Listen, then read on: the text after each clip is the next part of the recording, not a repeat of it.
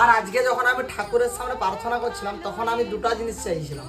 এক নাম্বার হচ্ছে আমার দোকানে ভালোভাবে ব্যবসা হোক, আর একটা জিনিস চেয়েছিলাম, তোমরা দেখো বং বিস্টের নতুন ভিডিও আপলোড হয়েছে গাইস। নতুন কি লেখা আছে? অন্ধবিশ্বাস।